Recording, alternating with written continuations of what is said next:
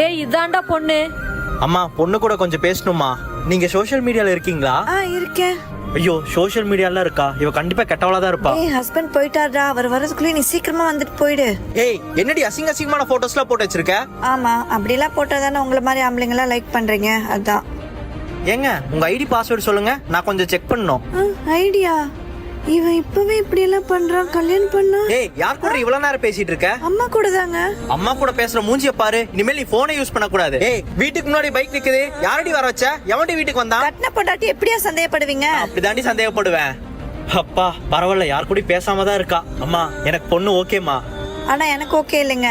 ஒரு பொண்ணை கல்யாணம் பண்றதுக்கு முன்னாடி அவ வேற யார்ட்டையாவது பழகி இருக்காளா, நல்ல பொண்ணா இருக்காளான்னு செக் பண்றீங்களே, அதே மாதிரி உங்களை நாங்க செக் பண்ணலாமா? உங்களை குறை சொல்ல முடியாது. என்ன இந்த சொசைட்டில இப்படி ஆயிருச்சு.